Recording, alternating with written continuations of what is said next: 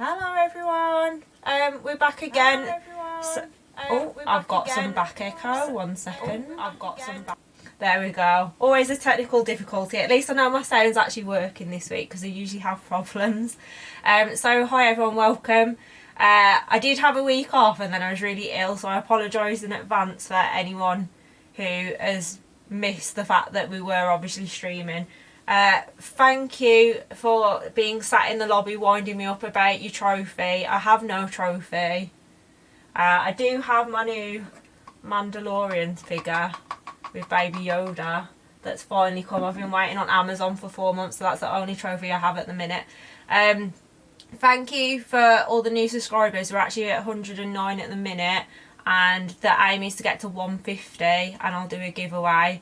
Also, I am still running my donations that are about £60, trying to get them to 100 from our charity stream the other week. So the plan is to do another charity stream soon, so we can try and get that to the 100, and then we'll do a giveaway as well.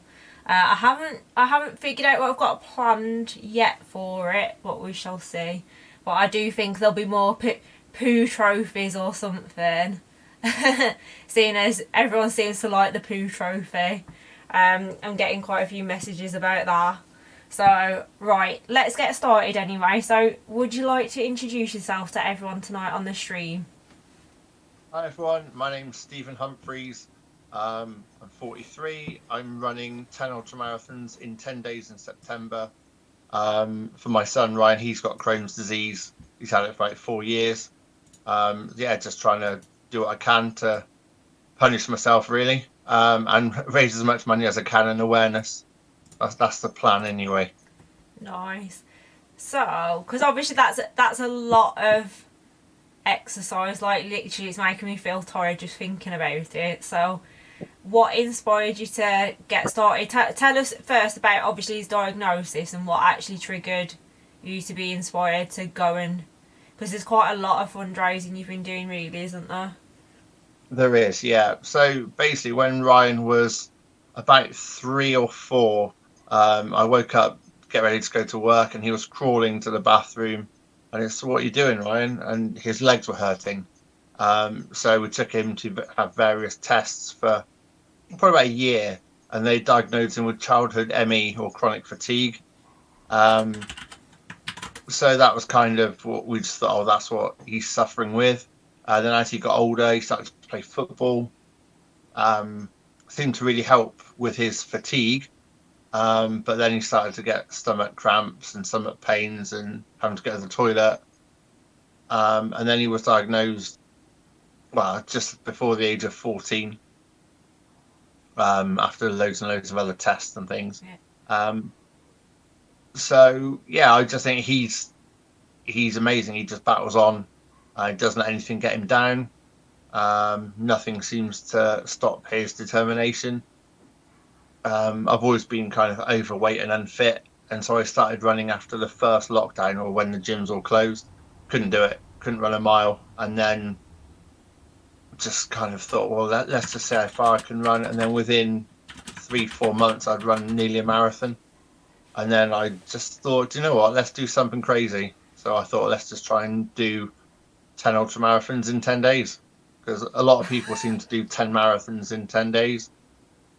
And I thought, let's just try. I'm just a 43-year-old electrician. So I'm not an athlete. I'm not a sports person. I'm just a normal guy. Well, we're discussing this. I've actually got it for anyone who does actually want to have a look. So this is what you've been raising so far. And obviously I've managed to get the Just Giving link on there, so it can scan in with your phone as well. If I will put it up again later, actually. If anyone does want to go to obviously your Just Giving page, because like fair play to you, because I literally sit in front of a camera just rattling away, whereas what you're doing is pretty damn hard is an understatement. Let's face it. So it's pretty crazy. So fair play. In fact, James, you've got an ambassador potentially here with all your gym wear. So we've got Savage Gym Wear in the chat at the minute. He's always looking for quite athletic ambassadors, which I feel like with the sort of stuff that you're doing. Fair play, do you know what I mean? Yeah. And he's just put yes, join the team. So yeah, so I've just sort of put that for everyone. I will put it back up in a little bit as well, so you can all have a look. There were just some bits and pieces. I've put all the stuff you sent me over. Just put that on there. We can show everyone again later on.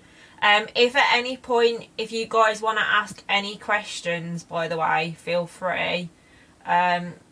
Obviously, it's talking more about from the parent point of view, because we have managed to have it from the couple point of view, and I think it's quite nice to have it from a parent's point of view, because I think for me, I was diagnosed a lot later on. In fact, I'd probably class myself as quite old to be diagnosed, despite having symptoms probably since the age of about 23.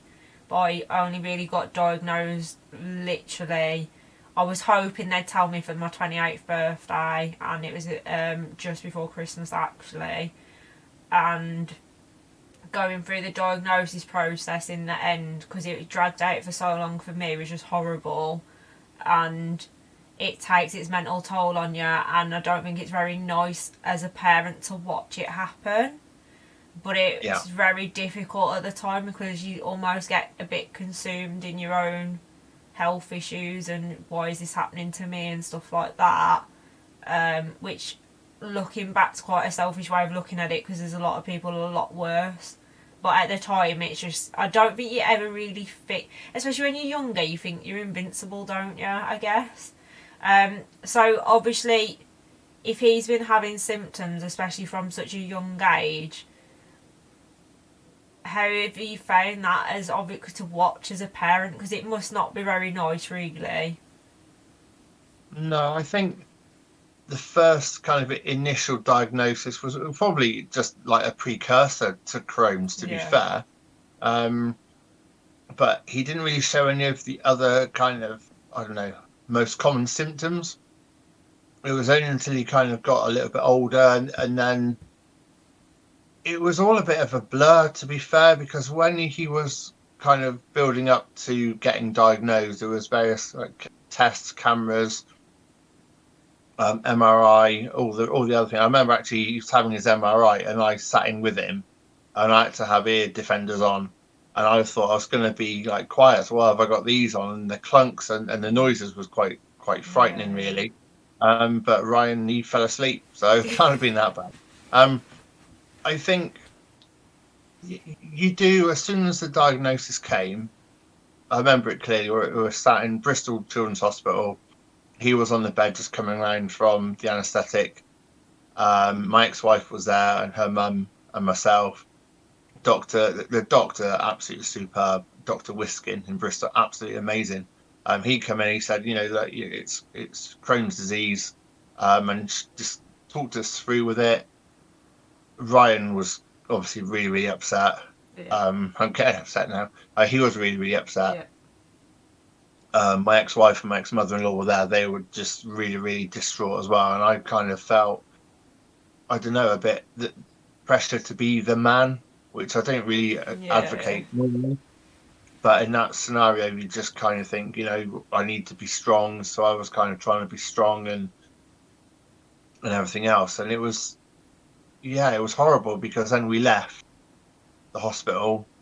They kind of the doctors talked through the results and where the inflammation is and the plan, what the immediate plan is and everything else. And I remember like my parents came to collect me from Bristol to take me home, or to take me home to get my car.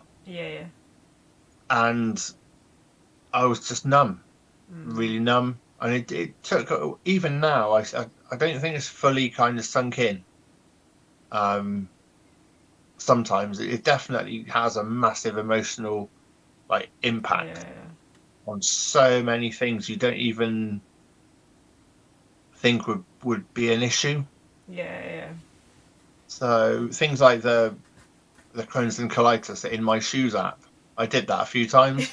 I keep trying to convince. So with me and one of my best mates, he did it with me, bless him. And by the end of the day, he was like, well, like the 24 hours, he's like, I'm so confused. I don't know what you do on a daily basis, but it kept telling me I kept shitting myself. Yeah. Basically, was in my van and it flashed up, and I was like, "You got 30 seconds." I was like, "I'm just gonna hit my pants on the motorway in my van for another round." But I think it highlighted to me a lot of things I didn't know. Not that I know everything. I've tried to learn it as much as I can for Ryan, really, and obviously my partner and friends and family and things. But things like the anxiety about going out for meet your friends, to change plans last minute. You kind of things that I took for granted, really. I didn't even think of them. So doing that app, I did it for a few days, and it knocked the wind out of my sails, really. Yeah.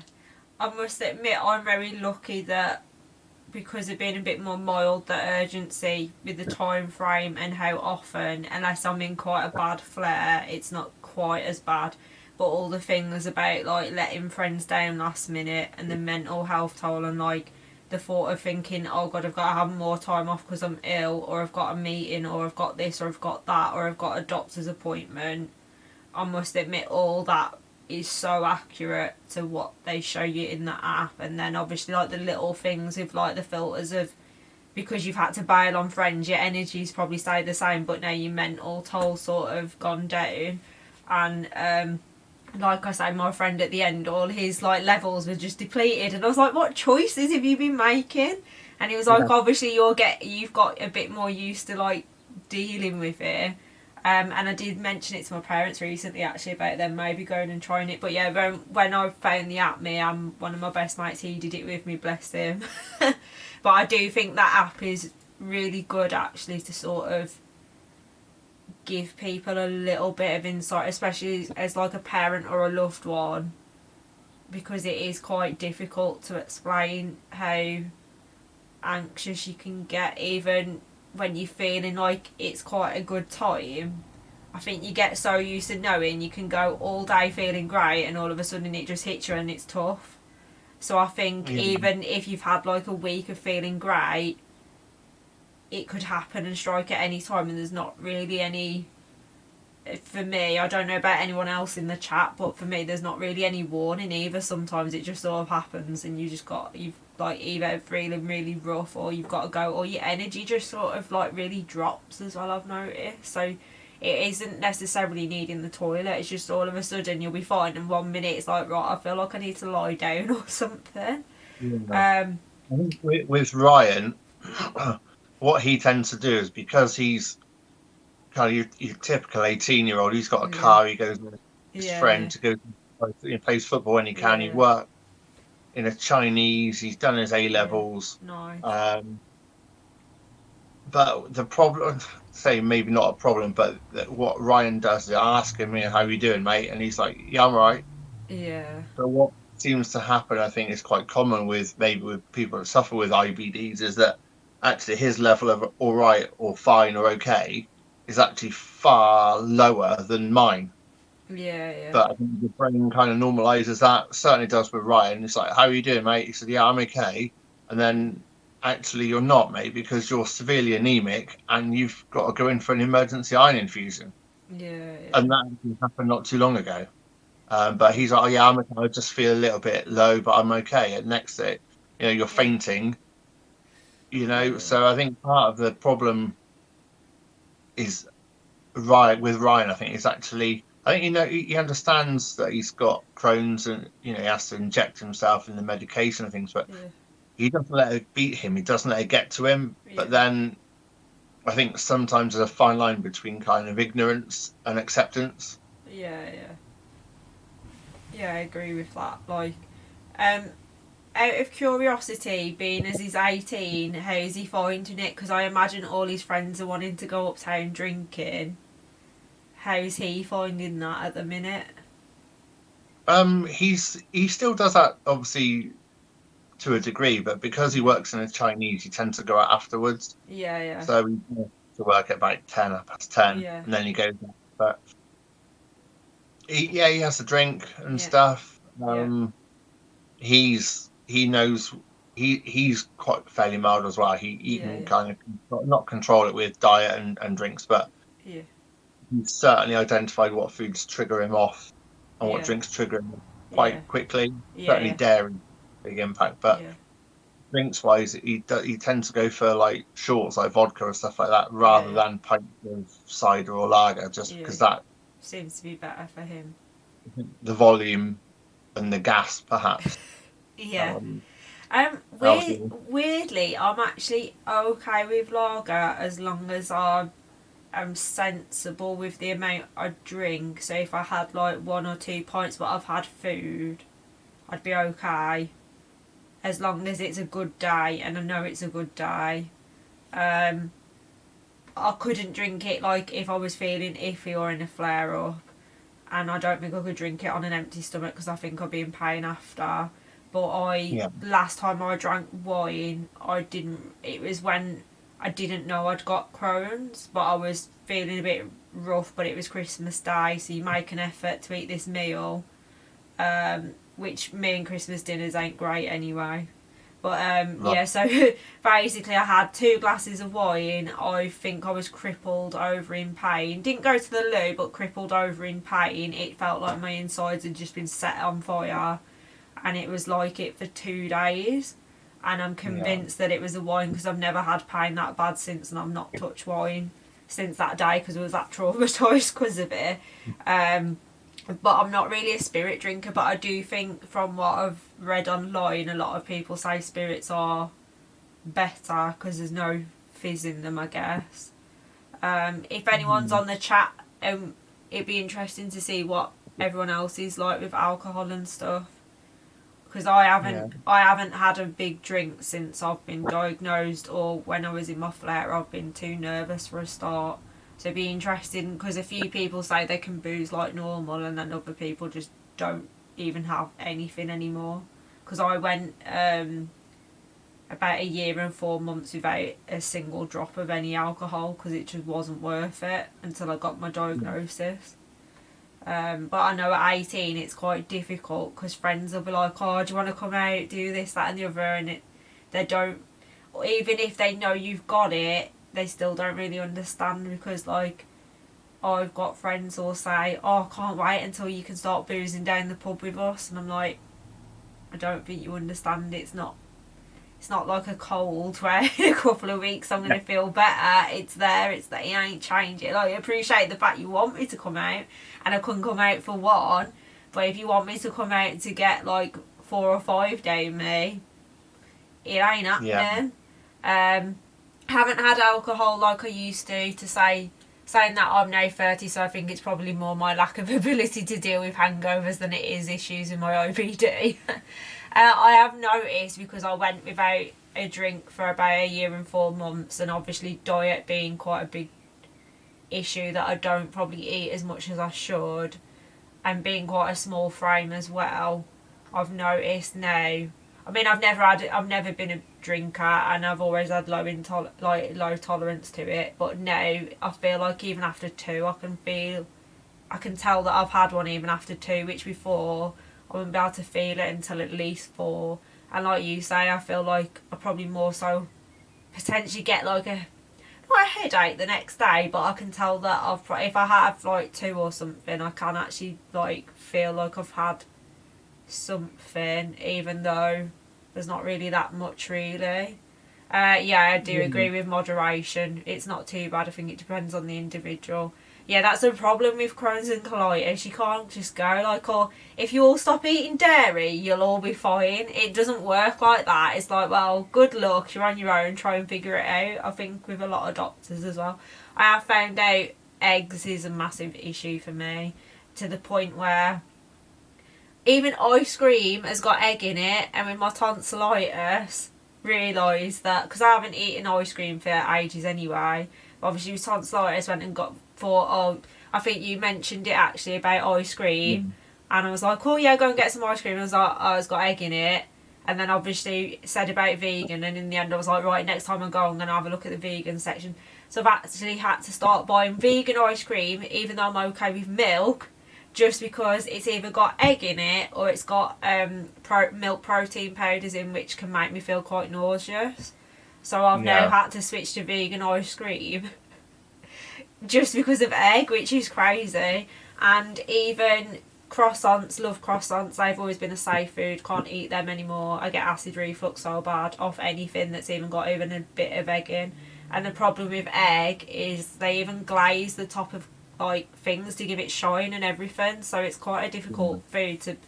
Thankfully it doesn't make me too bad, it's just mainly acid, but I've noticed even my upset stomachs haven't been as bad since I've been more careful, so it's quite weird that for me it's eggs.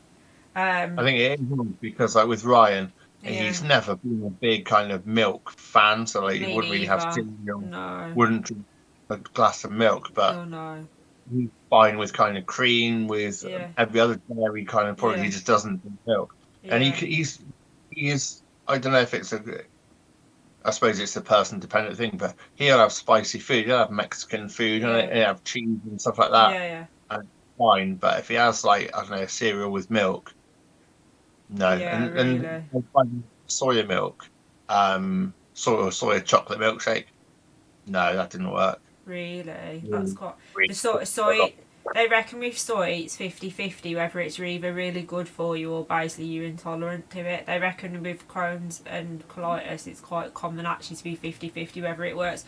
I seem to be okay with it because I don't eat meat, and obviously I've had that veggie, like the vegan ice cream, and I've been okay with that. And I have tried recently because it's not so much I can't drink milk, I was allergic when I was a baby, so I just don't like the taste.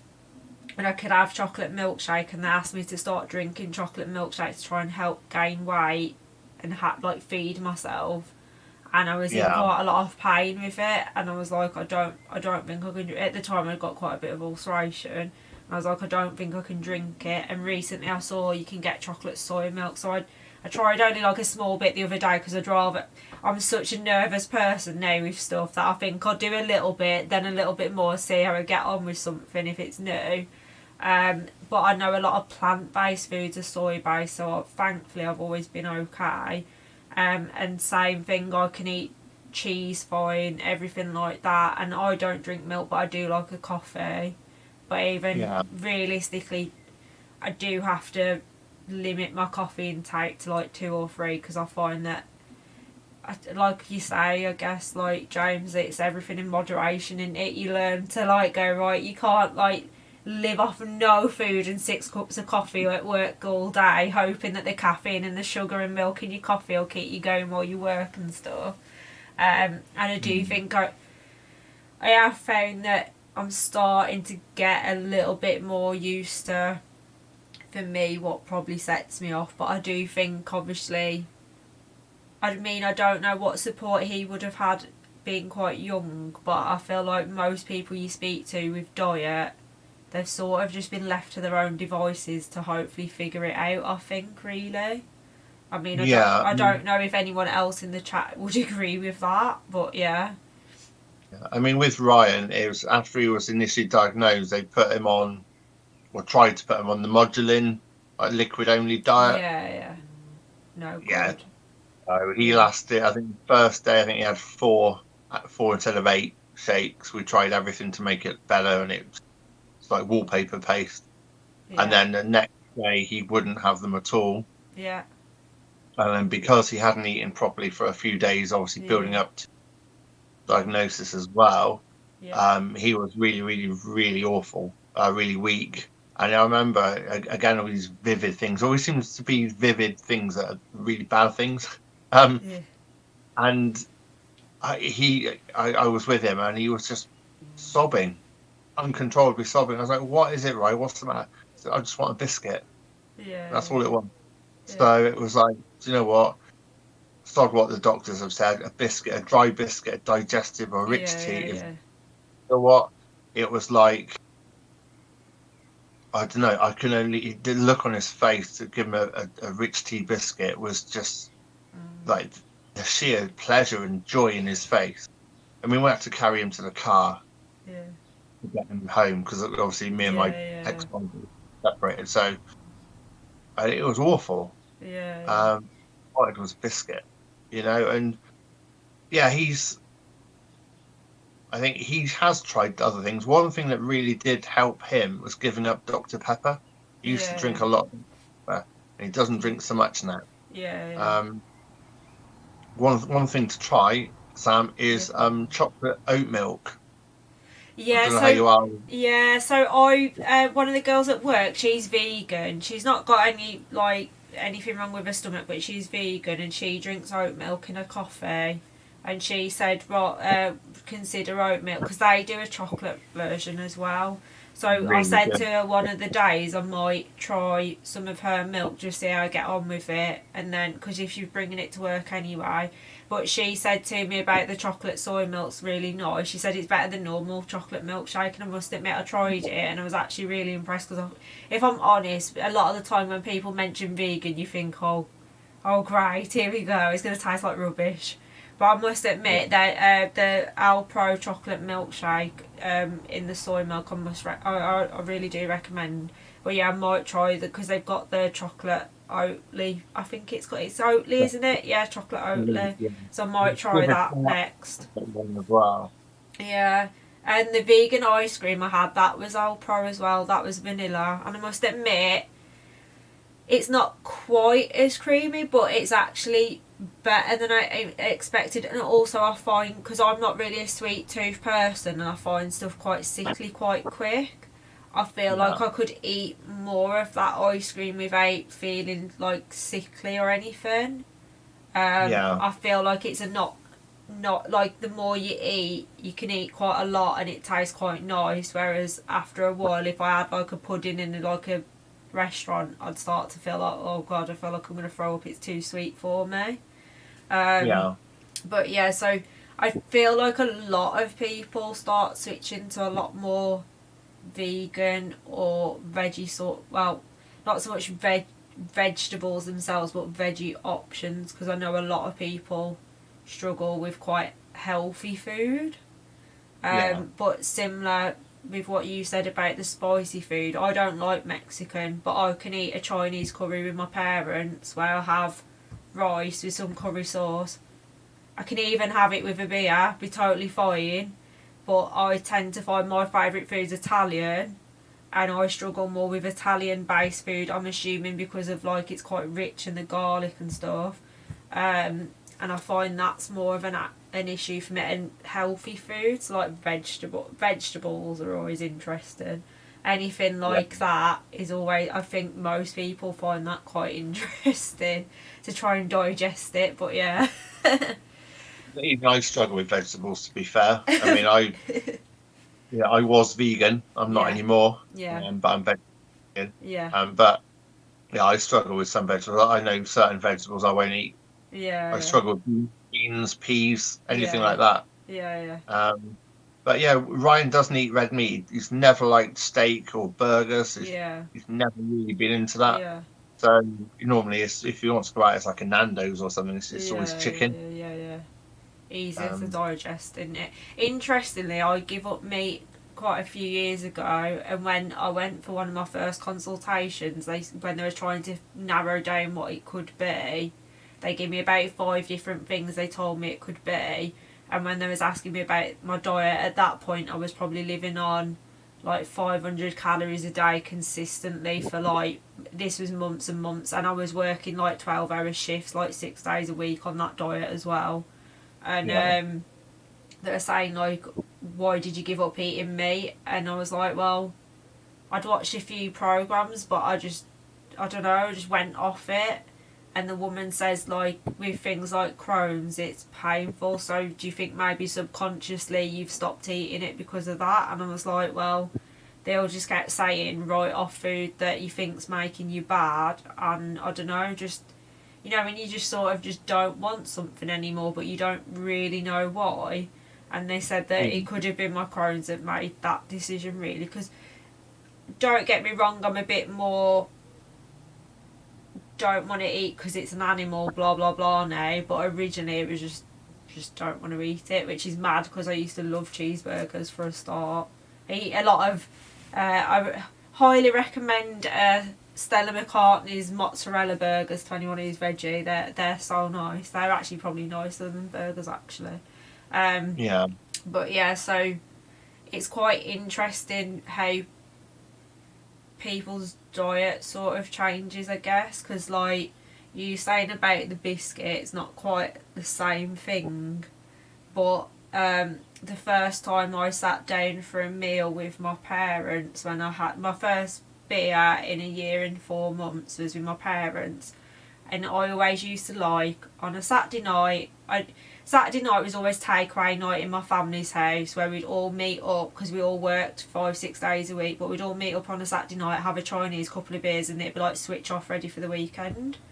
And I never had the energy anymore because I'd be using all this energy up at work, plus didn't have an appetite, always felt sick, always been bad, and I stopped going to like the family nights and stuff because I just felt like I needed to be in bed by the time I'd finished work on a Saturday. I'd worked all week, I was knackered, and I was too scared to like drink because of the pain that I'd been in. And the one thing I miss is having just a beer with a meal on a Saturday to switch off, because it's finally the end of the week and it's been a hard week, and you just have a beer, not even like drunk, just a beer. And I sat down with my parents for my first beer and my first like Chinese in ages, and I was literally savouring the taste of the first bit of beer because it was like the first beer I'd had in like so long, and there'd been points where I thought, am I ever going to even be able to eat anything properly again? Am I ever going to be able to sit down at a meal and pretend to be a normal person again? Or am I constantly going to be thinking, is this meal making me bad? Am I going to let people down if I have to leave? Because like the amount of times I'd had to walk away when we've been out in public to go, I'm really sorry, I'm going to have to leave early or whatever. And I imagine for my parents it must have been quite weird, because at this point I hadn't been really able to sit down with my family to eat like a takeaway or anything properly. And my mum was like, are you at least going to eat your Chinese? Because all you're doing is just savouring like the beer that you've just had a mouthful of. And she's like, it's going to go cold. But it sounds silly, but most people, I mean, some of my friends will have like 3 takeaways a week with loads of beer and think nothing of it, but it's quite a big deal to someone with IBD to have certain foods, really, and people definitely do take for granted little things, I must admit. I think with Ryan, I know he knows what he likes. Yeah. He likes what he knows. He won't necessarily try. Yeah, agree with that. But then I'm like that as well, especially if you're going out for a meal and think, this £10 for this, and I don't know if I'm going to like it, but this is, I know I'm going to like this. So he does kind of eat very similar, but as he works in the Chinese, he works kind of 5-6 nights a week there. When he's finished, he gets Chinese food, and he's all right with Chinese food. Same, actually, thankfully.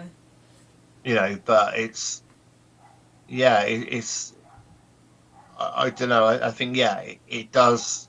Maybe he feels nervous about trying other things, or maybe it's just he just like knows he likes it, so that's what he'll do. But whenever we have kind of meals out, or not we've done that recently, but or takeaways, or like I know with family meals with his other side of the family, it's normally if it's geared around kind of what he would like. Not exclusively what he would like, but there's variations, so there's something that he will like. But sometimes as well, I know that he'll kind of think, well, everyone else is having Indian, say. He said, maybe he'll have Indian and just cope with the after effects. So rather than kind of feel, well, I'm different, or I'm. I must admit, sometimes I think it's a mental thing, because sometimes I have a week where I'm just like, bugger it, what happens, the fates with the gods, let them deal with it, because sometimes you can eat your safe food and still be bad, but then at other times you're like, oh, I'm too scared or nervous to see what might happen if I try this new food. So I do think it very much depends on what attitude or mindset you're in at that moment, I think, to be honest. Yeah, if you're stressed and worried about trying something, then you're going to be stressed and worried. So your body's going to be stressed and worried, and Yeah, then you eat it. You're almost kind of preempting you're gonna be something. bad. Yeah, Yeah, I do that. Well, frankly, I'm just starting to get out of it, but I used to do that every single meal whenever I was out with anyone. That's why I had to always leave meals when I was out in public, because I'd have worked myself up. Probably if I knew that that was happening weeks before, I'd have worked up for weeks before, going, hope I'm not going to be bad, hope I'm not going to let anyone down, hope I don't feel like the odd one out, blah blah blah. And now, yeah, because it's like, I have Crohn's, I could eat my safe food for days and days and days and still be bad. Other times I could eat naughty and I might get lucky. Some days I might be a bit in pain, and it's Russian roulette and I've just got to get on with it.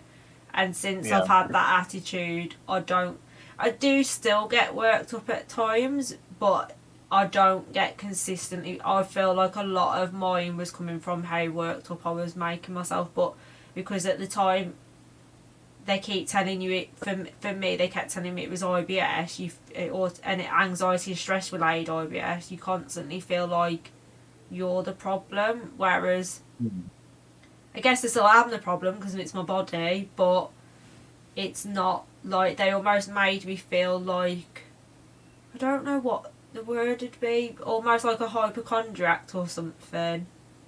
So yeah, you'd almost feel angry at yourself for not being able to hold these meals. But obviously, yeah, looking back now, so like, if you've got Crohn's, unfortunately, it's not your but it's your body, but it's not realistically your fault that you've not held that meal. I guess it's just your body's decided that it's got something else in store for you. I guess maybe, I don't know.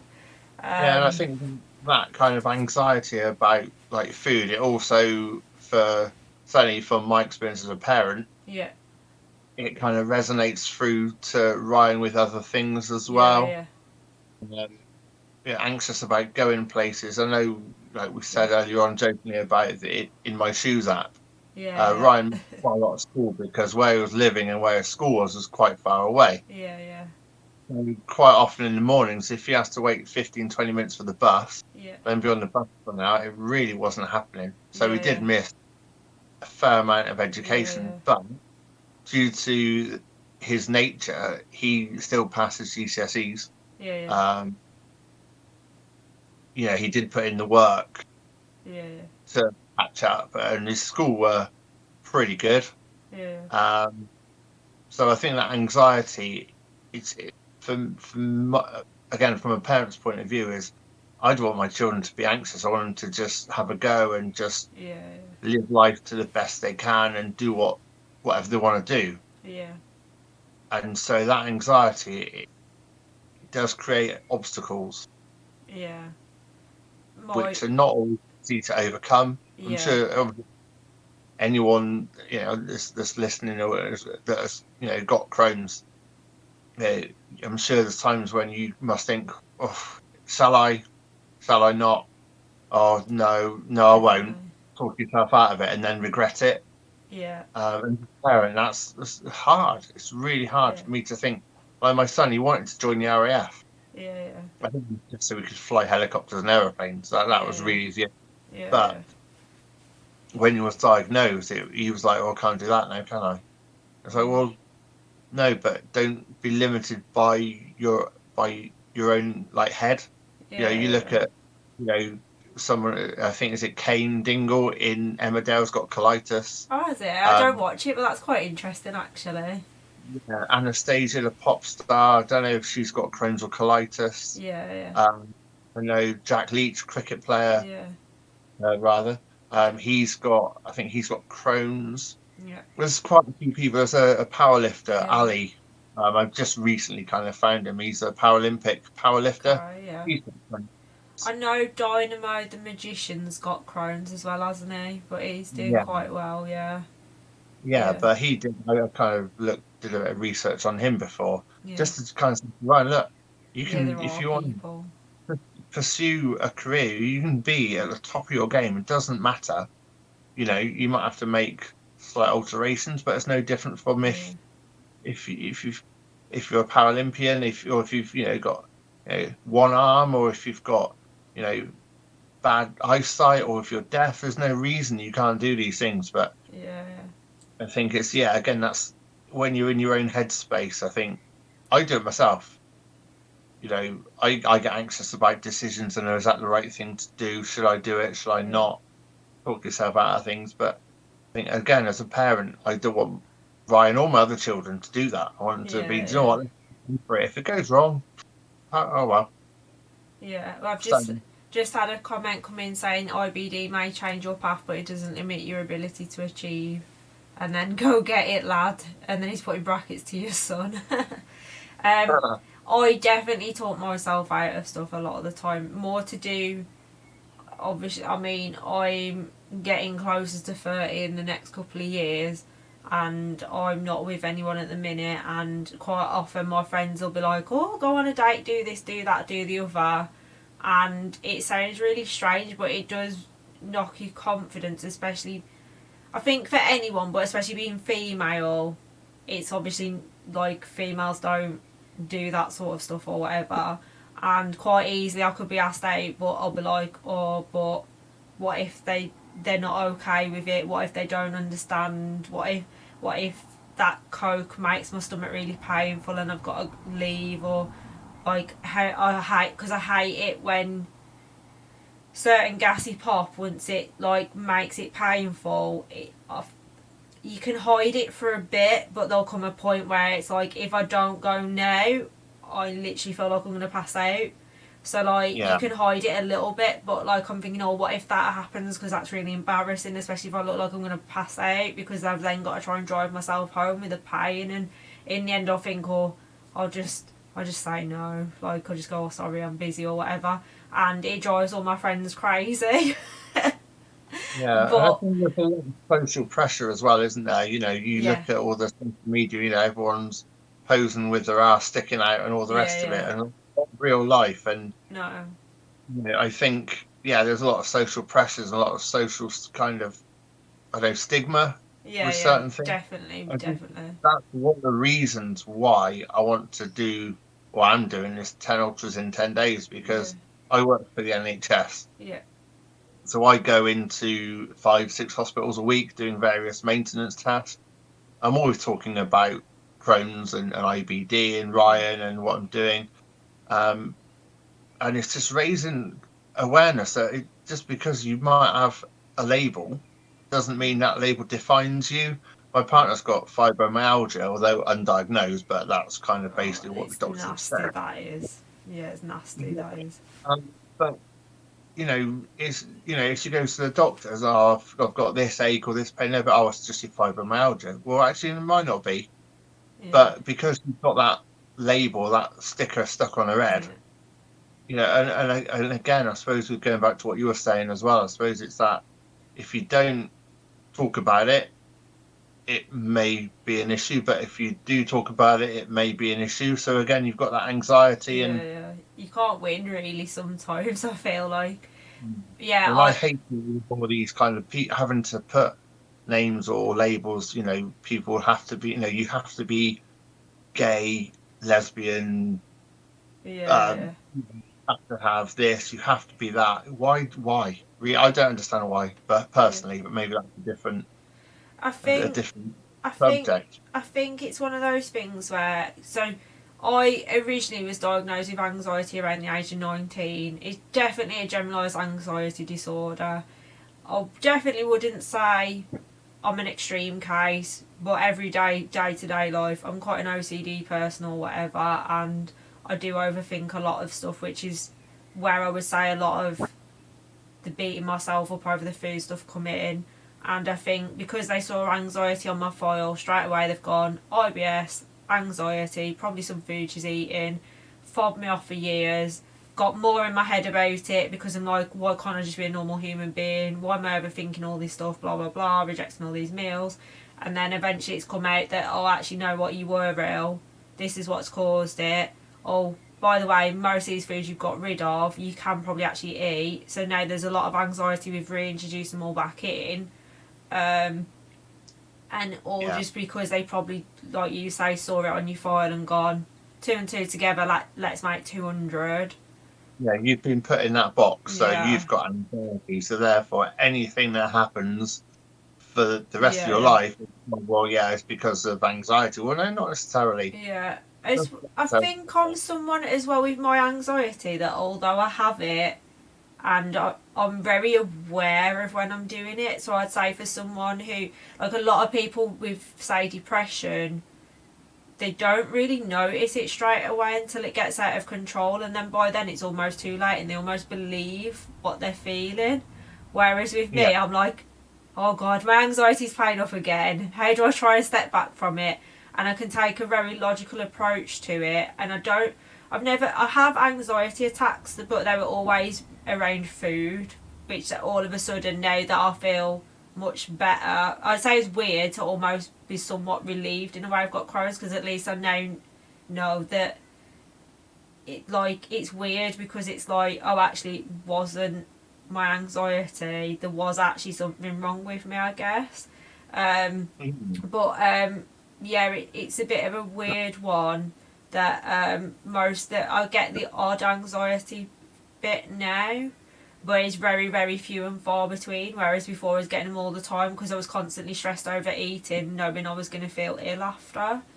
And like I say, on the whole, I'm quite aware of it, and if I thought it was going downhill, then I'm not ashamed to go and talk to someone, or think, oh, maybe I need to do a bit of like I had counselling for a living with like a long-term health condition and stuff, and it really benefited me, and I'm not ashamed to say or think it's getting a bit more difficult for me to look after, and I've been med-free off it for donkey's years. I was adamant I weren't staying on antidepressants or anything like that for it, and I've very much like can take 5 out of a day at the end of the day to do something about it. So I find it quite offensive when they see that label on there, to almost treat you a little bit loopy, I guess, to think like, oh God, here we go, hypochondriac because she's got anxiety, blah blah blah. I'm like, I know I have it, I know I overthink, but I'm aware I'm doing it. I have the ability to check in with myself and go, is this really what's happening, or is this your brain?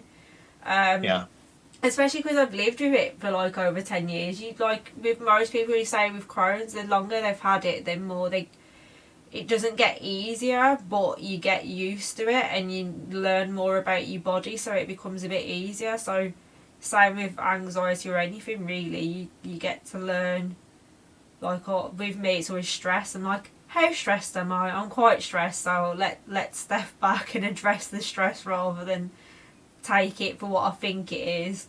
But yeah, it does frustrate me. But I think the other thing with labels is, with Crohn's, it doesn't define you, but it does, because although it's not everything about you, it is a part of you, I guess. But I think it's one of those things, like, you can't just slap Crohn's across someone and write them off. And I don't think you should get totally obsessed with you being all Crohn's or colitis or whatever.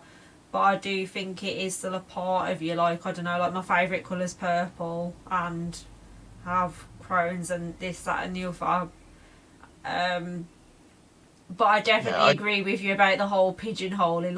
Like it matters. If someone loves someone else and vice versa, it's consensual or whatever, what's it got to do with anyone else? It really doesn't matter, does it really? If you're not hurting each other. Yeah, but it's also, again, with the pigeonholes, is, Ryan, he's able-bodied, he drives and all the rest of it. He doesn't have a disabled badge. He's got a can't wait card. Doesn't have a radar key, but he's got a can't wait card. But I know other people that have, or people that know people. Tried to use a can't wait card, and it's like, no, you can't use that in here. It's like, well, hang on. It makes me sick. Yeah, I haven't tried mine yet. Actually, thankfully I've not needed to, but but then again, it's Ryan. I think with Ryan, and I think certainly a lot of younger people, maybe kind of mid to late teens, early 20s, think, oh, well, I don't want to say that. It's embarrassing. Or again, the stigma attached with, oh God, I've got Crohn's and look at me, I'm the victim kind of thing. So I think it is a bit of a balancing act. But from that, one thing that I've kind of noticed as a parent as well is that there seems to be a lot of stuff, a lot of literature and stuff for younger people with Crohn's to kind of go. We just about the colouring in, didn't we? And there seems to be a lot of kind of, I don't know, almost age specific stuff up to probably the age of about 10 or 12. Yeah. And then then everything else is kind of much older. Yeah, I must admit, I think I said to you originally when you approached me that I've clearly put on my stream 18 plus because I swear like a trooper and I just come out with stuff. And I've started getting a lot of people from the age of 14 to 18 start messaging me. 50-50 girls and guys actually. And Yeah. I think it must be the worst possible time to actually have IBD because that's the age range where it's difficult enough as it is without having a health issue on it. And I must admit, I feel for these kids so bad. And part of me thinks, well, if I'm swearing like a trooper and they're liking it and the parents ain't bothered, then at the end of the day, someone's got to be there for them, ain't they? I mean, I've got a 13-year-old daughter and she knows all the words to WAP, you know? And so, I mean, I think, again, from that is social media, YouTube, Instagram, all the rest of it. It's here to stay. And it's such a massive part of my kids' lives.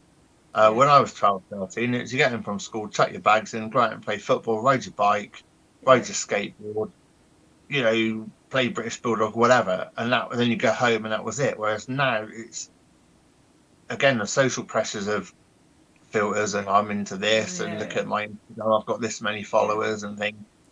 And again, I've not spent loads of time researching it, but I don't think from what I found there's that many kind of groups or material focus for that, probably that 12, 13 up to maybe 17, 18, maybe up to, depending on how developed you are, but maybe up to 19, 20. It seems to be children or adults. It doesn't seem to be anything, certainly social media wise. And as I say, you know, a lot of people spend a lot of time on social media, looking at YouTube, and everything doesn't seem to be a lot of material for, or not so much material, but access for these people, you know, using language. You know, my kids swear. I know they swear.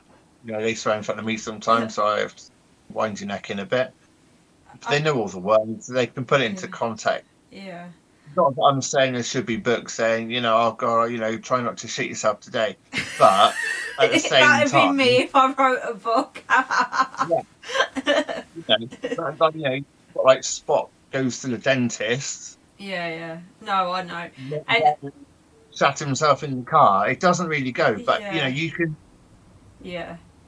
I think for me, I definitely think there's a massive kind of void, and it's being careful not to kind of say, well, I think this, so I'm going to create this, and actually do more damage than good. I think it's a real fine line. I think it needs a collaborative kind of thing. People like, I'm not into gaming. I've got downstairs. I might play Bomberman. That's it. It's not my thing. I think for me the reason why they've potentially found me, because it was never my intention, like I say, I put it 18 plus because I don't want to be someone who has to filter what you see is what you get, unfortunately. And I think the main reason they've been attracted, one, because it's a Twitch platform, two, I'm a gamer, and I think it's weird because I was never cool at school, but all of a sudden being a bit of a nerd is meant to be quite cool these days, which baffles me because I was always a tomboy at school. And without lowering the tone, but female gamers are now sort of got a bit of sexualisation around them, which I find very weird, because when I was gaming on an Xbox when I was like 10 with my guy mates, I was a bloke for it. So don't understand that, but it's a thing. So and then obviously also, like I say, it's almost a bit cool to be a bit nerdy and stuff now, and I think maybe it's almost like, oh, some girl sat on a Twitch stream going, oh, how often have you been to the toilet this week? Let's have a competition on who's been the most times, and like makes a joke of it and stuff. And I think maybe that's why they think like, oh, actually someone's willing to sit in front of a chair on a stream joking about how often they go to the toilet, maybe. And I think for me, the sort of questions I feel that don't get answered are probably within reason similar questions to what these kids want to ask, but one, they're not going to go and ask their parents because it's their parents, but like things like if they do want to start dating or if they do want to eventually be intimate, probably obviously not at a really young age, but when they're reaching like 18, 20 odd, of course they're going to want to start going on a date, especially now with apps like Tinder from 18 plus and stuff. So if you're early 20s, then yeah, you are going to have these sort of questions. And they, even if there's like, I don't know, some therapist going to talk on Crohn's and colitis, being a bit older, I suppose maybe it might not resonate as much, I don't know.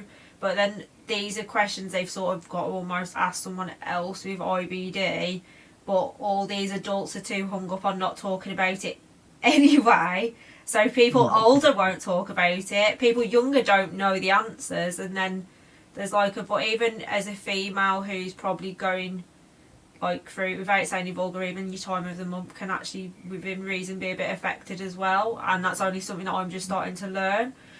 But no one's actually no one at all, even on Crohn's and colitis, has even gone, are you a female? By the way, do you find it more painful? Let's do a bit of a survey and find out about all these women, because that's going to affect someone who's 13 who was diagnosed with Crohn's like at like 8 or something. Do you know what I mean?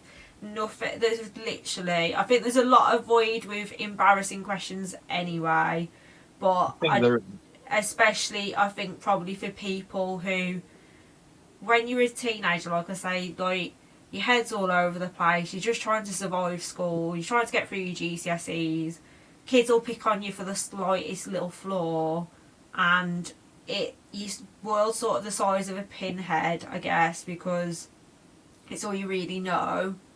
And then you've got all that extra sort of trying to go to school. I'd have hated trying to have gone to school with my symptoms, honestly. I feel fair play to, I do feel sorry for, like I say, anyone who's, it's not nice to be a child with it, but I think a teenage age, like I say, some of the messages I have come through, I do really feel for them. And like Joe was my first guest, he was diagnosed at 15, and like he was talking about obviously like when he first started like obviously talking to females and stuff. He does have a bag as well now. I can't remember how, he did tell me how old he was when he had it. I was quite youngish when he had his bag, and I think his is being made permanent. But and he was saying about like it is really weird to be obviously a young guy with a bag, and then obviously how do you explain to someone when you start going on a date with them, and like you say, because only old people have bags and stuff like that. Yeah, exactly. And that's the thing, is it's, again, there's kind of the 12-year-old, people starting puberty, 12, 13 onwards. And I think a lot of people learn about that sort of stuff from talking to their friends if they're of course got older brothers or sisters sort of thing. But obviously you said about the monthly kind of issues that you females have. And there's also things like with us guys, our bodies change, and things like if you're you feel that you're gay, or you want to maybe try certain types of sex, maybe. Interestingly, you've brought that up. I've actually found, I was going to share it and I thought, should I or shouldn't I? But I found a gay doctor, I think he's in America, who calls it bottoming, and he shares information for anyone who's interested. And he's the first guy or female or anything, whether it be straight, gay, whatever, he's the first person that I've found so far on Instagram who openly will give you no bars expensive, is just filters certain words, like I say, bottoming. He's the first person I've found who will openly talk about that with IBD, and I think it's amazing. And I thought, should I share it or will I offend people? I thought, but you know what? I think I am going to share it. But I really wish, Sorry. I really wish more people would put that out into these are the sort of questions that everyone's too embarrassed is the ones that everyone's thinking and need answers to. Yeah, and I think that's the problem. Like we said earlier on, you can kind of think, "Oh, we're going to put a filter on this. We don't. Maybe we shouldn't ask that." But actually, the ones that you think we shouldn't ask they're the questions that should people be want being to know asked. the answer Yeah, to. yeah, You know, like sex acts, and can I do that? Can I do this? yeah. Is that going to cause me problems? It doesn't have to be just about sex. It can be, God, like about my bag. What do I do if I've got a bag and it leaks, or all this sort of stuff. It's I think, like I say, the people that would get offended or maybe think, oh, that's disgusting. Yeah. Maybe it's the wrong channel for them, or they shouldn't be looking at that information if they're not prepared to kind of think, oh, no wonder. As I say, Ryan doesn't have a stoma. Yeah. And if he did, I'm sure there'd be questions. Well, hang on, what about this? What about that? Does it hurt?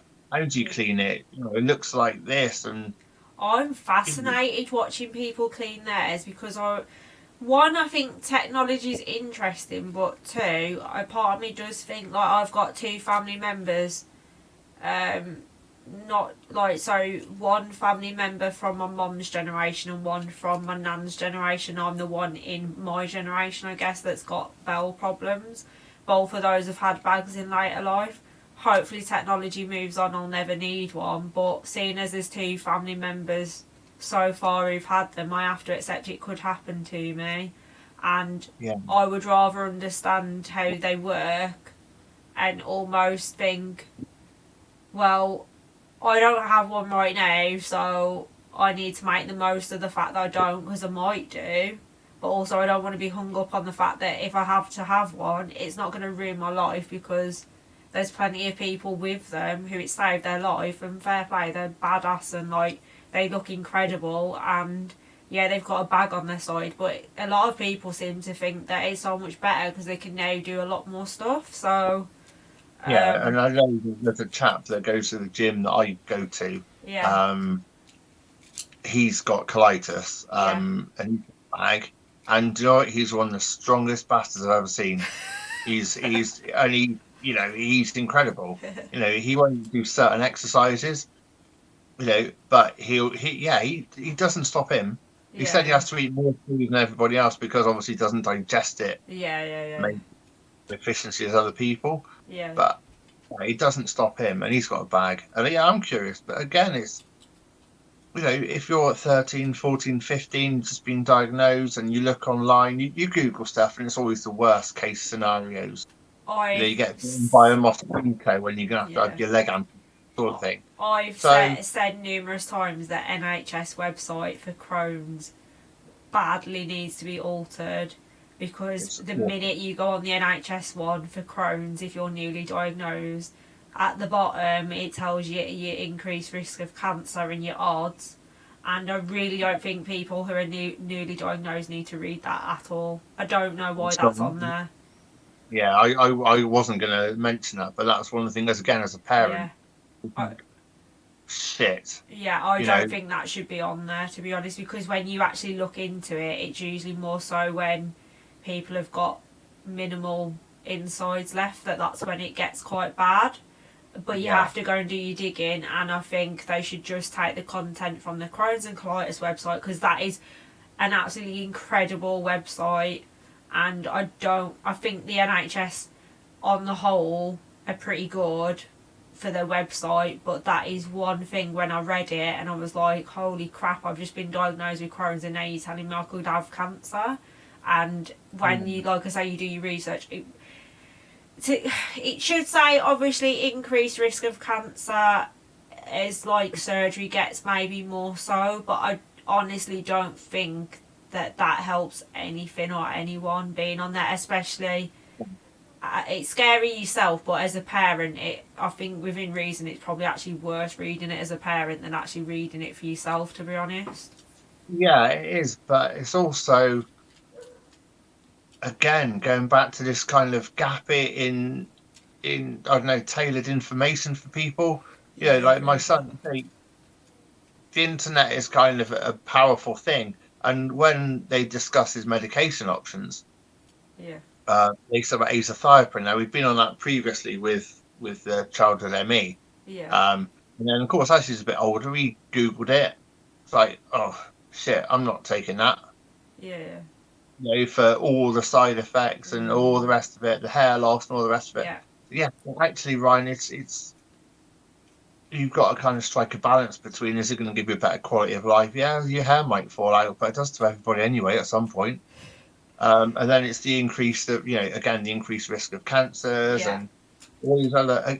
And again, you Google something and it gives you all the horrific stuff yeah, first, yeah, and you have to really search for, actually, no, it's not that bad, or it's, that is a real small minority of people. And again, I think these discussions, they're better off being had yeah. openly and frankly, but with people of a similar Age. age, and Yeah, or not necessarily age, but also physicality as well.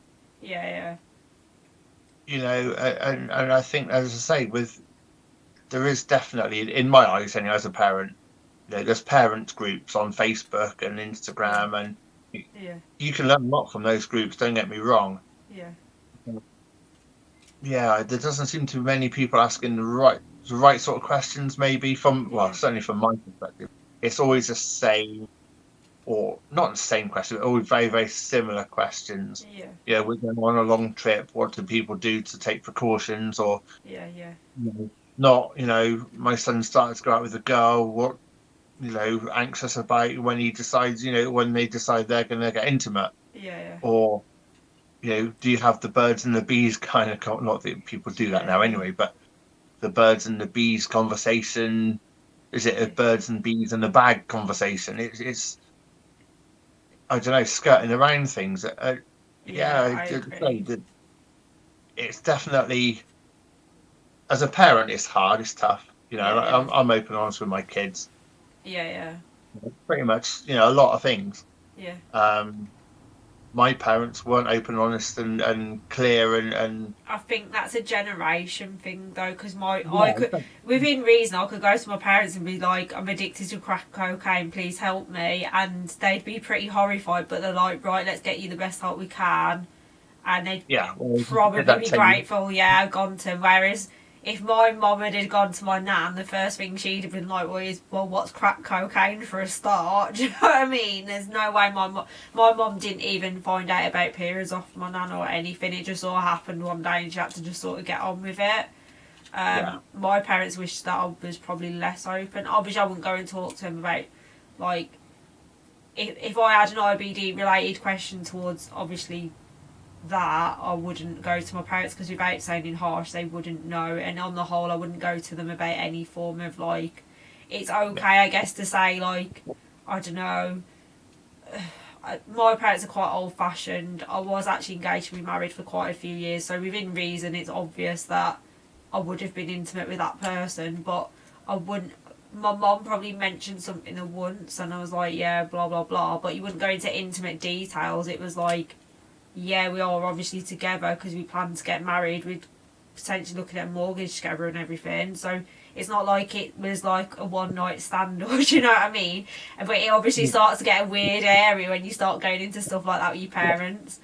yeah. I Um, mean, I wouldn't. I don't know how I'd feel if my daughter, or either yeah, one of my sons, look, this is happening. yeah, You know, I would kind of, I'd probably like panic, and like, yeah, oh, yeah, let's of course, change it quickly, and like, and run away.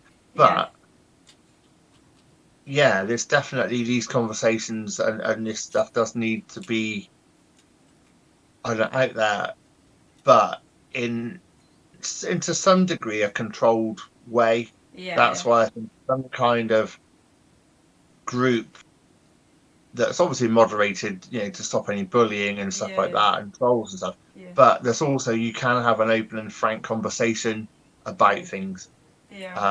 Yeah, I mean, I wouldn't talk to my parents about stuff. No, no, It's, like, again, my parents are quite old fashioned. My parents' idea of a takeaway is fish and chips. It won't have Chinese. It won't have Indian. Yeah, that was my nan and granddad. That was um, you know, and so so the conversations about birds and the bees, about drinking drugs, or going out, cruising in my car, that sort of thing. It was like, well, why have you got that exhaust on your car? So that's what people do, and obviously it moves on. Yeah. But again, I think certainly with like the element of adding in IBD, I definitely think that's something that can be improved. And again, like you say, the NHS, I wasn't too impressed with it at all, to be fair. It didn't help me at all. If anything, it created more stress. Anxiety. Yeah, I would 100%. I've mentioned on a few streams actually now that I do think that maybe, like I say, Crohn's and Colitis website should do it for them, because you go on their website and it's like, are you newly diagnosed? Are you this? Are you a parent? Are you whatever? Do you want to know about this tablet, that tablet? Are you mild? Are you severe? Watch this video here. And it's amazing because they give you so much knowledge, and I do feel like that on the whole is quite catered for. But things like diet become a grey area. Alcohol's a grey area, actually, to be honest. Like, people will openly talk about it a bit, but like not majorly, I guess. Intimate anything intimate or relationships is a no-go. Anything to do with female or males, where, like I say, time of your month or whatever, that doesn't seem to be talked about. And like you say, drugs as well. Actually, a lot of people keep bringing up the topic of weed to me about your Crohns as well. But also things like CBD oil. Obviously cannabis has got its place. But I've worked in several of the infusion kind of, or the rooms in various hospitals. I'd say 90% of the people I've met, or the staff that work there, are absolutely incredible. There's always one, or two, but on the whole, I think absolutely brilliant. On that note, I would say that the transition between adult care and childcare, not as smooth. Certainly not for Ryan. He went quite a long time without seeing anybody because there was just, whether it's misinformation, I don't know, but his nurse in adult care couldn't get hold of her. She was then kind of, well, if you don't get in touch with me, I'll basically sign you off. Well, hang on, you haven't rang us or wrote to us or anything. There was a real kind of conflict there. Have you found that the adult care is much worse than the child care? Because a few of the people I spoke to when they had care when they were children with IBD have all said it was so much better, yet in adulthood it's like, no, that it's almost like you just want to very many. I think it depends on your doctor or your consultant. Say Ryan's doctor, Dr. Wiskin, he was, as soon as he was diagnosed, he would talk to Ryan, wouldn't talk to me or his mum, he'd talk to Ryan, again a good thing, but he'd be using language that was age appropriate for him about poo and runny, rather than, was it loose, is it excrement, just using language that was suited to him. And then he's kind of, it's almost as though, again, you've gone from, you're now an adult, so you should know. You should know what this is, what that is, what this is, what that means, and what an infusion is, what this is, what that is. It's almost as if you're 18 now, or you're now an adult. I wish they talked more about it being runny now, though, because, like, as someone who's newly diagnosed, because I've actively gone out of my way to learn quite a lot of stuff, but, like, an infusion to me, like, months ago was like, what? It's only because they've gone actively out of my way and chatting to people. Like, the best thing I've found is actually just talking to other people about it. How protecting hemoglobin levels and and so it's like, okay, well, let's have a look at it then. What's calprotectin, and then what's this, what's that, what does that mean, what's this, what's that? And again, by having a conversation about it. But again, when he was in the childcare, yes, he was 16, 17 years old, the doctor and the IBD nurses and other people that were there, superb. because it was tailored to him. Yeah. Whether they've got, I don't know, less of a caseload, less patients, maybe. Yeah. I suppose they got a smaller age group of people, but yeah, as I say, when he was 18, it was kind of I felt quite let down by the system. I think now we're getting it back on track. Yeah. He can phone his IBD nurse. I He had must to have. admit, for me, I tend to find the care out once I'm in the building, or I'm generally on the phone to someone, or having some sort of consultation or whatever. I cannot fault the staff at all. It's just trying to get hold of them in the first place, or chase up like, I need an appointment, this is going wrong, that's good, please someone get back to me, or send me a letter through. And you wait so long for everything, and I get, obviously, especially with COVID, it makes it worse. But once you're actually in the building, all the staff, I must admit, are amazing. It's just trying to track any of them down, I think, for me personally. Yeah. And it's a shame because we're hoping a transition would be a lot smoother, because obviously once now he's 18, the doctors won't write to me or his mum or ring up to him, unless we kind of say, look, we want to be, have authority to speak to you on his behalf, sort of thing. But again, he's 18, so would he really be happy with that? Would I have been happy with that when I was 18?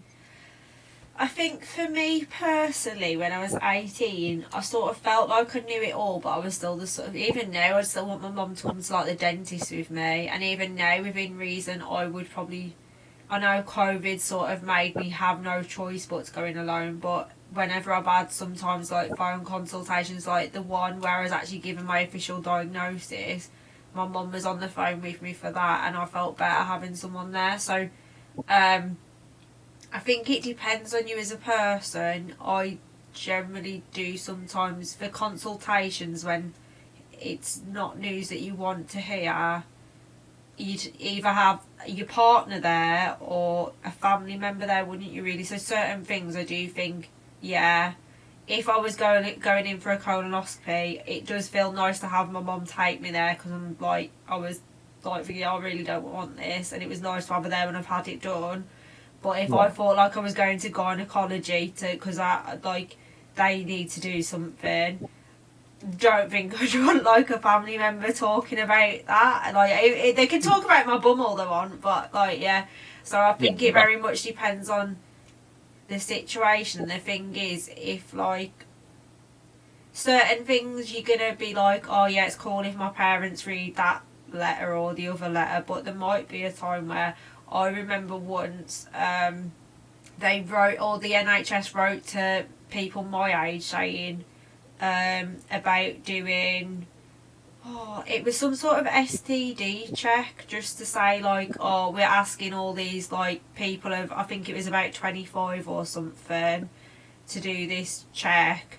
It's free, blah blah blah, whatever. So I was like, they've sent it out to me, I'll just do it, whatever, sent it off. And my mum kept going, what's that package? What's that package? And in the end, I was just like, they've sent it out for free. They've offered it me. I thought, what's the harm in doing it? Peace of mind, whatever, it's gone. And she's like, oh, okay, sorry for pestering. I was just worried. I'm like, well, literally. So I've had to, like, tell you something quite embarrassing. And it wasn't anything in it. In fact, I always remember a few of my friends was getting offered them in clubs. And the amount of my friends who were going, I only did it so I got a free pair of glasses, or so. Like, they've been coming back with sunglasses from clubs because it was like a thing at the time that they were trying to do an incentive. So it wasn't the fact that I'd gone, I think I might have something. I think they were just trying to get maybe a bit less stigma around it, to try and encourage people to, if they think they have something, to go and get tested. But most of my friends were just doing it because they were getting free stuff. So, but I always remember my mum pestering me. So I do think, what level of control would you have over the NHS letters, I guess, because there's going to be Crohn stuff coming through. And I know it sounds harsh, but maybe something like that. And as a parent, you could think, oh my God, what they've been doing. And realistically, they probably just wanted a pair of free sunglasses because they've been in a club. Because that's what my friends were doing. It is, but then there's also, on the flip side to that is, with not so much Ryan because he's pretty switched on, but how many 18-year-olds or 17 or 19, 20-year-olds will get a letter and it's like, oh, you got to come in for, you got to drink this and then we're going to do this to you. Oh, no, I ain't going to bother. And then before you know it, it's kind of like, you've got like, you're having a massive flare now, you've got this, you may have to. So it is, again, it's a balancing act between positive kind of input into. I must admit, my letters still go through to my previous home address, and my mum just opens them, sends me a photo of what it says, and then gives it me when I have it. And I'm pretty open that even if it was something like, even if it, God forbid, I had to have some sort of cancer screening because they thought I'd got a lump or something, I'm the sort of person who'd probably be on the phone to my mum going, oh my God, they're testing me for this anyway. So I'm quite happy for my mum to open any of my NHS letters, regardless of what they are, because I'm only going to tell her and panic anyway. So, but it's personal. I think that's a personal thing. But at 18, I would have 110% been overwhelmed if all of a sudden they're now addressing me that I've got to go for this, that, and the other. Especially with COVID, because I've now got to go alone from having a parent with me, and I imagine that would be quite horrible, to be honest. And again, with the transition from childhood to adult care, with the childhood care, we knew everything. We get the letters. We knew we could speak to the doctors, the nurses, everything else. And then as soon as we transitioned, it was like, oh, who's his nurse? We can't tell you that. Well, why not? Because we can tell him. And this, but again, he's not necessarily going to keep all his letters, or if he gets a phone call that's a withheld number or private number, could be the hospital, but he ain't going to answer it. So that it's such a tricky situation. The whole kind of, there should be something in place where you should be able to. I think this should be a thing at any age, that like you should be able to say you're allowed to talk to someone, because like I've had a letter come through from a guy I know the other day saying, are we allowed to speak to someone, to your emergency contact on your behalf? And I'm like, like I say, I'm only going to worry to her anyway. I think we probably could write a letter, and we can be kept in the loop. But again, it's how do you do that? There should just be a tick box, shouldn't there? There should be a leaflet that comes through going, right, you're 18 now, you're moving on to adult care, this is who this is going to be, this is who X is going to be. Please tick the box if you're happy to be on your own, or whether you still feel like you need a bit of assistance until, like, I don't know, even if they want to put X age on there, or we'll ask you again when you turn 25 or something. Again, how many 17, 18, 19-year-olds would even want to ask the question but don't know how or who? Whereas again, if there's some kind of platform where they can, my mum did that, because obviously me and my ex-wife, we're not together, so Ryan's from a split kind of a broken marriage, but some children are, some are not, some never see their mum, some never see their dad, so there's so many implications, and again, I think now we're getting more and more open and able to discuss things in a more open way. I think things do need to definitely change. I definitely agree with that, to be fair. Just to wrap it up, because obviously it always run over every time. I always warn everyone in advance I'll run over, so it's been an hour and a half.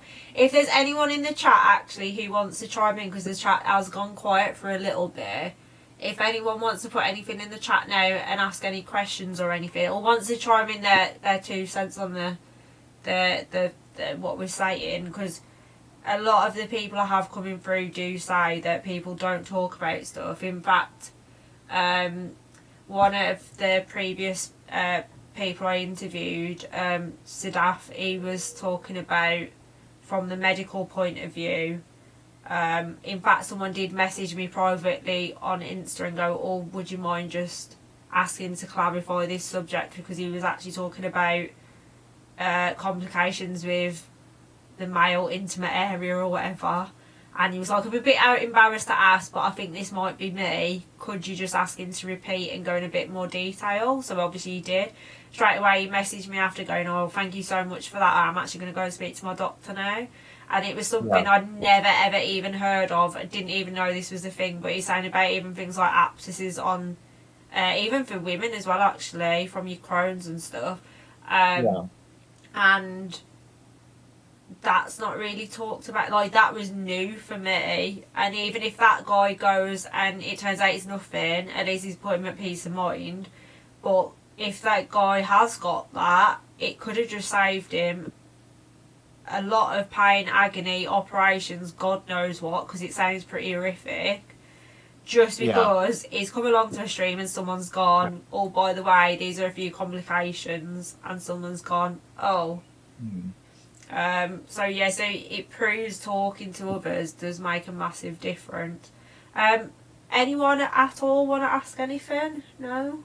I've got some lurkers tonight, but no one's really asking anything.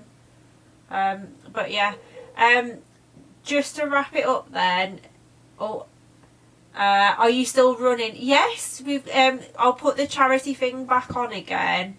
So, bear with me, find the right one. Someone just asked if you're still running, so do you want to recap what you plan on doing? Yeah, okay. So I'm going to be running 10 ultramarathons in 10 days. The first one is the 1st of September.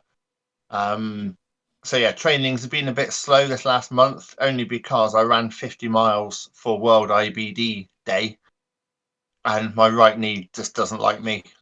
So I'm having treatment on that, and hopefully the next week or so I'll be out running again. I'm still going for. I've only been running a year. So I was looking on my Facebook memories. It was a year ago, I think 2 weeks ago, I actually ran my first half marathon. And again, a month ago, I ran 50 miles. So it's just that determination. So but I'm still going. You can follow my progress on Instagram when I remember to put stuff on there. If you go to my Instagram, I have tagged as well, so if you do want to give the account a follow, and the Just Giving information is on the Instagram page as well.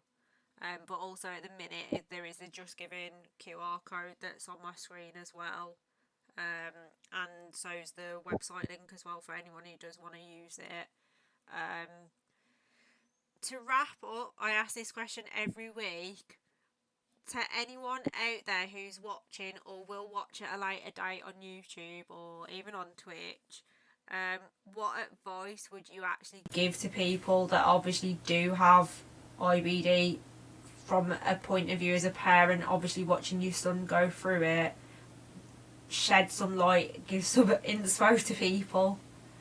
Okay, so I think if your child has been diagnosed or is in the process of being diagnosed, for me, the best thing you can do is not skirt around issues, is just try and be as open as you can.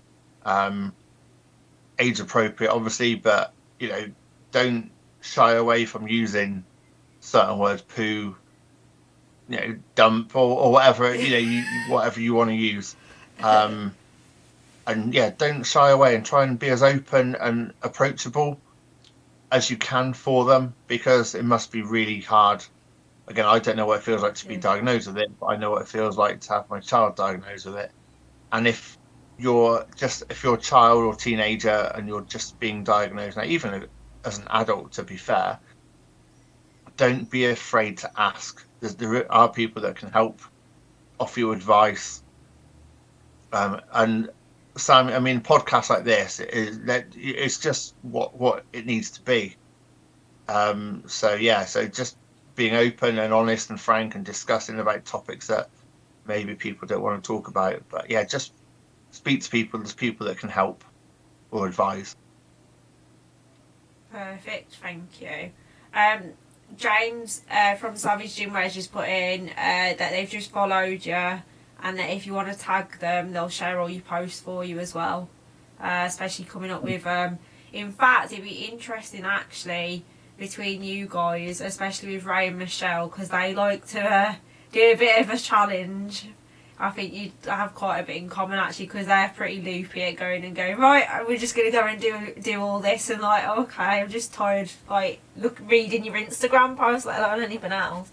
But yeah, so thank you for obviously coming on, and obviously with the fundraising that you're doing and the awareness, and it's really quite, it's amazing to think that someone wants to go and do all that. Obviously I know your son's got it, but doing stuff for obviously Crohn's and colitis is very motivating when you've got that health issue yourself, but to go and do it on behalf of people that have got it is such a great thing to do. Obviously I know your son will have majorly inspired it, but it's not just about your son, obviously it's about everyone who's benefiting from the fact that you're raising money for it. And the Crohn's and colitis website alone, let alone their Instagram page, is brilliant. But with 8 people obviously helping to fundraise it and help those guys keep going, it could have been someone would have gone on the NHS website and that would have been it. Whereas obviously we have got Crohn's and colitis who can give radar keys or can't wait sort of keys and give you proper decent information that doesn't scare you, and send booklets out in magazines and everything. And that really wouldn't be possible with 8 people willing to go and break their backs and their knees and everything to go and obviously fundraise and stuff like that. And I think it's very important for people to know just how hard people are willing to work to raise money to keep those sort of things going, because I think people sometimes can take for granted that they're just there, but they're there because there's a lot of people doing a lot for charity to keep those guys going, and they're an amazing charity. And I think of all the charities I've come across, they work damn hard to raise awareness and stuff. And like I say, I'm sure anyone who's watching will feel pretty like, well, grateful, I guess, the fact that of what you've been doing, how hard you've been working. And like I say, for anyone who does want to go and give to a good cause, please do, because like I say, without it wouldn't be going. I think the other thing that people don't necessarily know is, I might be wrong, but I'm pretty sure I know that Crohn's and colitis.org, they don't get any support from the government at all. I didn't know. Whereas a lot of I might be wrong, but I'm sure that I read them that they don't get any kind of centrally kind of or central government or any funding at all. Yeah. I may be wrong. Don't quote me, but I'm pretty sure I read that they're one of the largest charities that don't receive any central funding, whereas a lot of the research Alzheimer's do. I might be wrong. I know a lot of them do. I think you can. In fact, I'll go on the government list later because they have to put it what they get. But I have interviewed people about mental health and other autoimmune illnesses, because I would like to talk about a lot of invisible illnesses, but because Crohn's and colitis have been so supportive, and I did get a lot of traction with IBD, and obviously because I do have IBD, I do push that the most. And I think mental health is sort of like a chain reaction result of a lot of autoimmune illnesses and what have you. And I've tagged quite a few charities, and Crohn's and colitis is the only one who ever bothers to respond, share it. They've given me this t-shirt tonight for free, which I'm wearing for them. It finally arrived. I know, they give me my t-shirt for free so I can support them. And I know it's great. I'll take a photo and screenshot that later. But yeah, so sent me my t-shirt for free. No questions asked. Didn't even ask for it. They just said, Sam, do you want a t-shirt for your stream? And I said, yes, please, if you don't mind. And they said it won't be there in time for your charity stream, but we'll get one out to you. And they've said about interviewing me for... They want to interview quite a few IBD gamers who are raising awareness. I think they've also asked my friend Uncle Fiesta, who also streams, that I come across through the Crohn's website because they were sharing him. And I was like, oh, another gamer who's got IBD, let's get in touch. And he's a lovely guy, and he's got even a banner on his wall on his stream. And they're absolutely fantastic, and they'll share loads of stuff and everything. Yeah, I've tagged loads of other charities and not once. I've tagged a few of them, like autism awareness. A couple of my gaming buddies have got autism.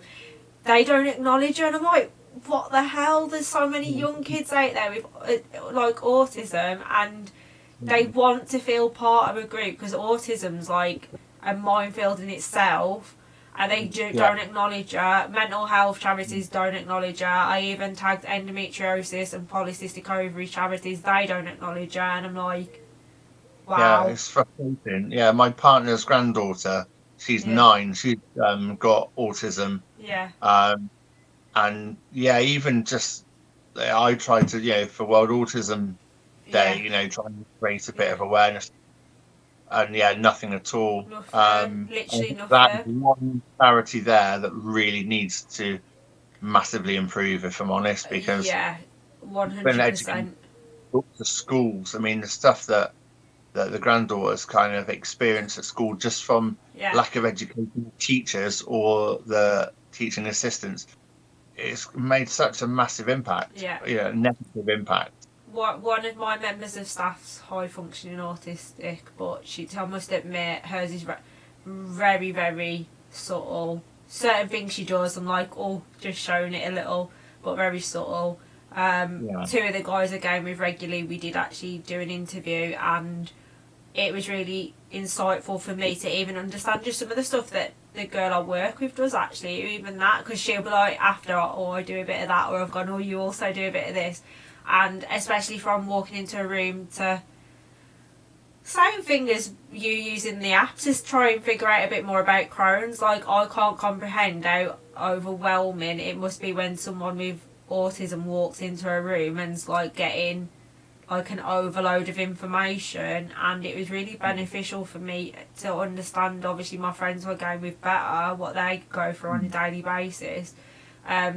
Especially the one hasn't got a lot of confidence either with dating. He's a very nice looking guy, no confidence with dating, and I'm like, being totally honest, it's mainly just like your autism, and obviously had like your self-esteem because of being bullied and stuff. And I was like, honestly, they'll love you, because such a nice guy, really funny, got a lot going for him, and all of a sudden now he has actually started dating, he's got a bit more confidence. And virtually every single person who I spoke to, obviously they've all been high functioning autism in fairness, but they've all had major mental health problems, mainly going through school because of obviously all the bullying and the not understanding and stuff. And there is nothing in schools, as far as I'm aware, that even talks about life on the spectrum, and that's something that's like, I'm quite passionate about that, because of obviously having friends and some of the stuff they've told me that the thoughts they've had as children are not the thoughts that children should be having at all. No. And some of the things that the granddaughter says are, they're quite graphic and quite bad. But I think, again, it's like her teacher, her teaching assistant, she's got a fidget spinner that she takes with her to school. Took it off her, so you're not having that in class, and took it off her. So, So she was calm during the rest of the school day, but when she got home, it was that's terrible. So there is kind of a support worker involved now to try and liaise with the schools and everything else. But I think, it's just... That's disgusting. That proves the lack of education, though, because the entire time I was interviewing both my friends, they were both faffing with stuff the entire time, and they said, you can tell we've got autism because we're fidgeting. And I was like, you want to fidget? You fidget. It's no different to me going, right, I need a hot water bottle in my stomach. It's no different.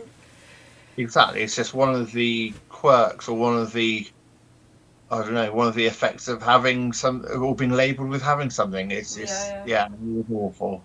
But I must admit, of all the charities realistically that should be hot on their social media, I would 100% of all the charities that need that, it's definitely autism, 100%, because it's quite common when you actually start talking to people, especially even if they're just sort of only just on the spectrum, because they try to hide it, because they're like, oh well, I'm only mild, so I won't talk about it because it's easier.